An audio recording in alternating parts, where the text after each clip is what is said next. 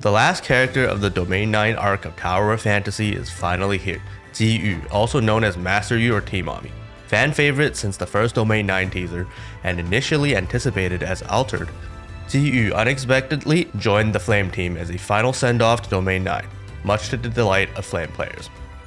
So, how strong is the new Flame physical weapon? Let's find out. Hello everyone, Gate here again, and as usual, let me take you through a detailed examination of Ji Yu's abilities and related team combinations. Ji Yu's weapon, Freeflow, is a primary flame and secondary physical weapon, good at mid to long range DPS with 16 on shatter and 12 for charge. And we should all know by now what a shatter rating of 16 on a ranged weapon means. It's bad. For role, Freeflow is a weapon that can buff and deal damage from the background and also be used as on-field. However, due to certain limitations in her kit, notably her 40 seconds cooldown skill, Freeflow cannot be used as a primary on-field DPS weapon. Instead, to be used as an on-field weapon, it needs to be paired with other weapons to form a dual on-field DPS rotation. However, for new players who only have Freeflow, there is no need to worry. Like all weapons from Domain 9 onwards bar 1, Freeflow itself is entirely sufficient for you to transition through the early game. The key mechanic of Ji Yu is her released zone after casting her Discharge. Then creating new summons within the zone will significantly boost Ji Yu's damage and damage amplification effects. Ji Yu's skill, however, is the main highlight of the weapon. It alters the battlefield environment and the traditional attack methods, showing a brand new and unique weapon design approach. Now, let's examine the weapon's kit in detail. Starting off with the passives, she has Flame Physical Armor Dissolve, Flame Fizz Fusion, and Resonance for both Flame and Fizz. I won't go through these passives anymore as they are similar to those of previously released weapons, and I trust everyone is familiar with them by now. For her Domain 9 damaging passive, she got On Field, similar to Liu Huo. It requires her weapon to be used on field to trigger, like the name suggests, scaling off of all the player's stats as a sort of guaranteed base damage for new players, but not being affected by any damage increases except from Titan's substats, perfect for new and returning players that only have her as a recent weapon to use in the open world. Basic attacks include ground and aerial attacks, charge attacks, and plunge attacks. Ground and aerial basic attack multipliers are decent, but not the main method for DPS. Charge attacks require a longer charge time and are basically useless for damage.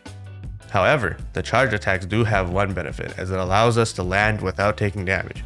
The plunge attack has a relatively slow flight speed but a small descent angle, making it suitable for long distance gliding from high places, serving as a decent means of travel for flame mains. Dodge attacks come in two forms: directional dodge attacks that converge on small targets and cause damage, and non-directional dodge attacks that leave behind traps, exploding on approaching targets, causing minor damage and a brief slow. Her skill, Step Into the Game, transforms the battlefield into a go board upon activation, with your character floating high in the air and attacks replaced by falling go pieces. However, it's important to note that this skill does not grant damage immunity. You can still be attacked. Clicking or just holding the left mouse button will drop a maximum of 18 go pieces, which is somehow ping dependent, meaning if you're playing in a region where you shouldn't, you won't be able to fully utilize all 18 pieces in time. Each piece will deal damage to all targets on the chessboard and cause a brief slow, so your placement of the pieces don't actually matter. The skill's cooldown is 40 seconds and cannot be affected by any cooldown reduction effects. The skill passive, Decisive Placement, gains stacks corresponding to the amount of pieces used when we release hold attacks, dodge attacks, cast or discharge, or create new summons, which somehow also includes Mia, up to a maximum of 9 stacks. During the skill, each go piece dropped will consume 1 stack of the passive, dealing additional damage to all targets on the board. Her sub-skill, Half Piece Advantage, will show up after using the main skill. It will auto-cast after the main skill duration ends or manually cast in advance, causing you to fall down from the sky, dealing damage to all targets on the board, and additionally causing damage based on the number of consumed passive stacks during the skill. After landing, it pushes nearby targets away, dealing some further damage. Her Discharge skill, This Ends Here, functions as usual by clearing negative effects, dealing damage, and granting some iframes. Additionally, it has some pretty important special effects. Special Effect 1, casting a Discharge skill with any flame weapon grants 8 seconds of Hyperbody. Special Effect 2, after landing her Discharge skill, a zone is deployed, which deals damage every second to targets in a large AoE around her. The zone lasts for 30 seconds or disappears after 5 seconds of leaving combat. Special Effect 3. After releasing the Discharge skill, we also gain the stackable Tactical Deployment and Scorching Sun effects. Each tactical deployment stack increases the zone's damage with up to 8 stacks. Each Scorching Sun stacks increases flame damage, also up to 8 stacks. To get stacks for the above two passives, we need to create summons while the zone is up, 1 summon per stack of each passive. The zone's duration is also extended by 3 seconds per summon, and can be infinitely extended as long as we keep creating summons, allowing us to never cast or discharge again for the rest of the fight. That's it to her kit. Next up, let's take a look at her stars. 1 star. The maximum stack count of her Decisive placement passive is doubled from 9 to 18, granting us full damage for all 18 dropped pieces. And every piece we drop, the damage multiplier is also doubled from 500% to 1000%.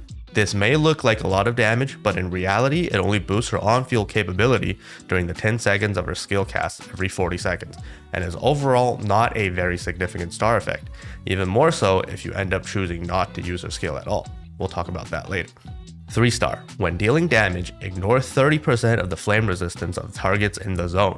This is a pretty significant resistance shred star and a good stopping point for most players if choosing to go for stars and the skin, but do note you won't be able to see gains during Cactus testing.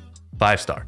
During her skill casts, gain 30% damage reduction, also triggerable at most once during each skill cast period. When subjected to fatal damage, immediately restores 100% of our health. This star provides us with more safety and survivability during combat for the 10 seconds of dropping go pieces while being stationary in the air.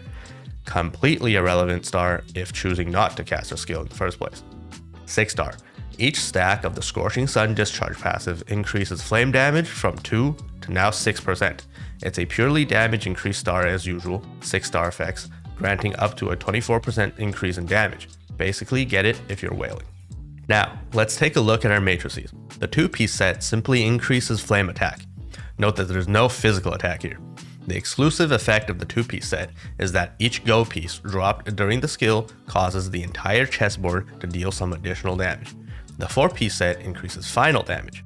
The exclusive effect of the 4-piece set is that when Freeflow is on the team, it increases crit damage by 30%, and when entering battle, you will gain 9 stacks of Decisive placement, allowing us to start with full stacks of Decisive placement, boosting some starting damage if you choose to cast her skill in your rotation. Regarding her Simulacra Trait, if you're doing the pure Plotti on-field DPS rotation, then Plotti's trait is superior.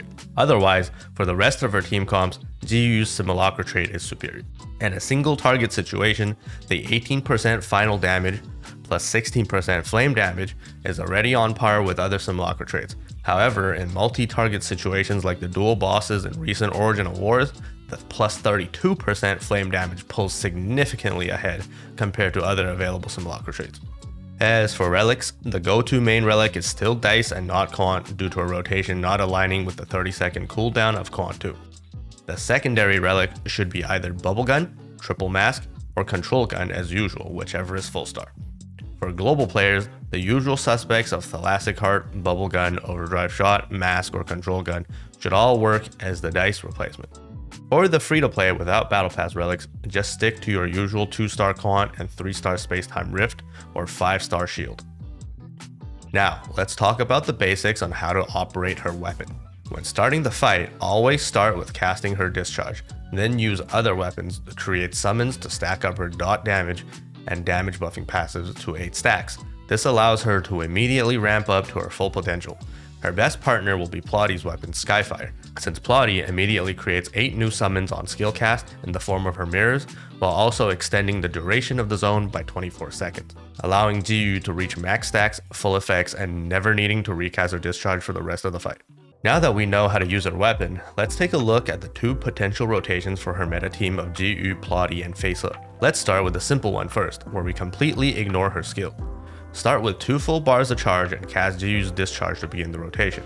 On hit, immediately swap to Faceless and cast her skill, then discharge to Plotti to apply her mirror passive.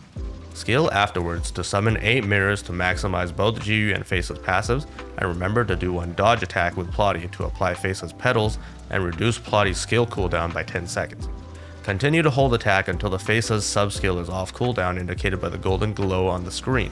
Discharge to Feisa, no need to jump cancel here as there's a few seconds of downtime otherwise, and double cast her skill. Switch back to Plotti this time, jump cancelling the discharge, and rotate back and forth between Plotti and Feisa.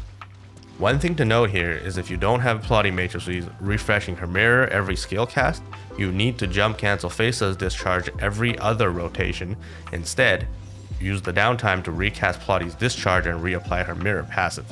This rotation is brain dead simple to learn and also performs consistently at all-star investments and high ping environments, which cannot be said for the other rotation.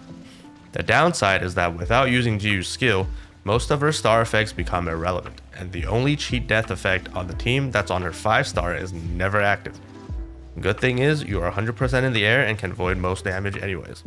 So for the slightly more complicated rotation involving actually using Jiyu's skill, we again start with 2 bars of charge, but discharge with Plotti first. We then do a basic attack to get the 2nd bar charge, and discharge to Jiyu, switch to Feisa after and use her skill. Then we switch back to Plotti and cast her skill, then do a jump, then dodge attack, and begin attacking in the air. Pay attention to the revolver graphic on the right, and make sure it did 2 complete rotations, then switch to Jiyu jump cancelling her discharge if need be. Immediately, use Jiyu's skill and drop all 18 go pieces to auto land. At this exact moment, Feisa's sub skill should be off cooldown and you can switch to Feisa and double skill.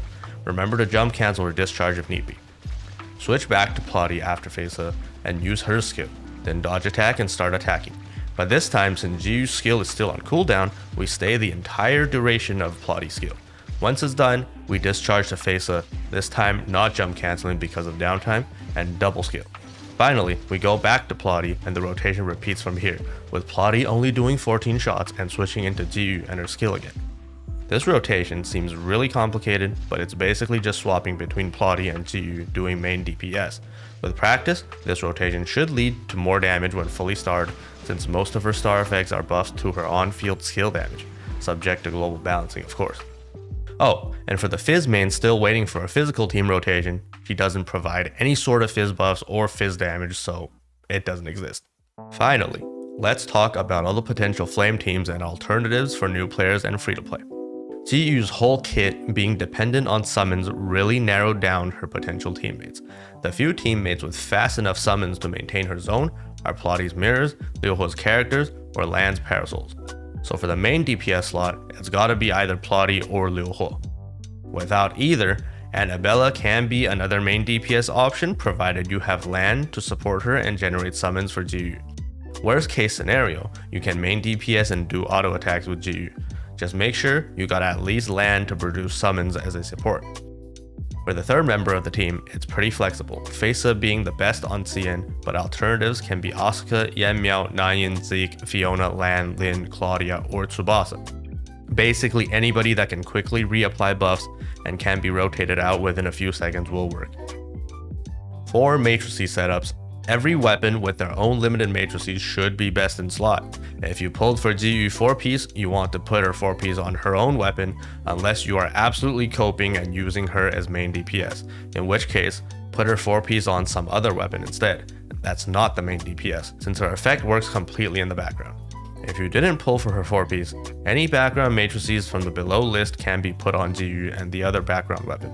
2+2-piece altered, Asuka, Plotti, Brevi, Yanmiao, Feisa, Zeke, Liuhuo, Ganono, Lan, Anna, Ruby, Scylla, Habola, or Shiro.